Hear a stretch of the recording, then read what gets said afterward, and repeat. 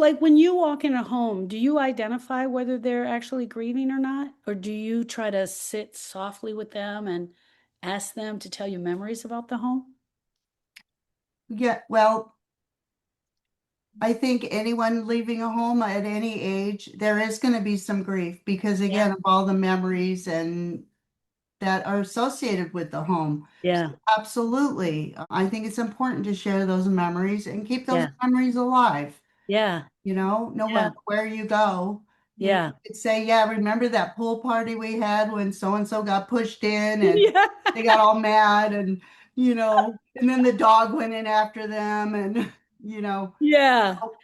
I I think would it's imagine, like, even though you're walking in as a realtor, because you specialize with seniors, you're also walking into their memories. yes. You're walking into their life and their heart, right? You're walking Yes. into their heart, and they probably want to share that with you.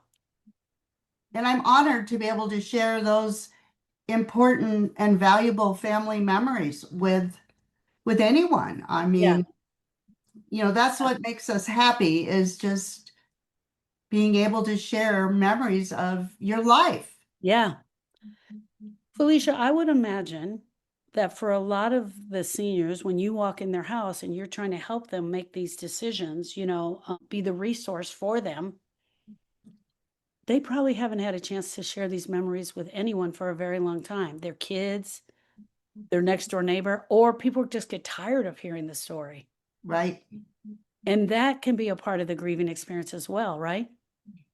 Yes. I mean, I think that you've, held all these memories Yeah. in, and then when you go to share it, a lot of bottled up emotions are going to come, Yeah. all different kinds. Yeah. That's why, I'm here to hold your hand to help you Yeah. through this. Yeah. Hopefully you have your family to support you too, because Yeah. it's a process. It's not Yeah. something that's just done overnight. It does, grieving takes time. It could take, Absolutely. So when you walk in to help them, you're not just helping them with the, hey, girl, hey, Mrs. or Mr. So and so, yes, we need to sell your house.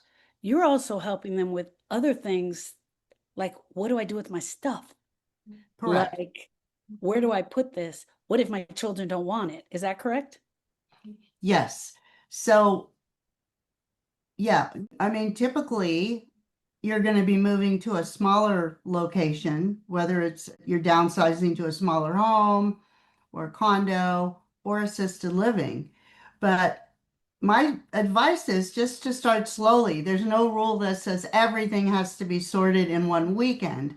But I do encourage families to begin with the easier rooms and save the most sentimental items for later because each object tells a story. And sometimes just simply sharing those stories with family is just as meaningful as keeping the item. Felicia, let me tell you something, girl. I'm a weekend. I couldn't downsize my mom in a weekend. First of all, she's holding everything, right? She picks it up, she holds it, and she loves it, and she wants to keep it. That's number one. Number two, we're having to go through all this stuff, right? Right. What should adult children understand before helping their parents downsize? I don't think I went here. Well, I think it's important to understand that seniors don't want to let go of these Yeah. memories. Yeah. So, one of the solutions you can think about is taking photos of meaningful furniture collections or keepsakes, but also you can pass those along to family members, your nieces, your nephews, Yeah. so they continue to bring memories and joy to other people. And then, as far as the photos you've taken, you can create a memory book or a digital album so that way you have something to look back on that brings you joy and you're able to let go of things that no longer fit your next chapter in life because memories live in our hearts, not just in our possessions. That is the best advice.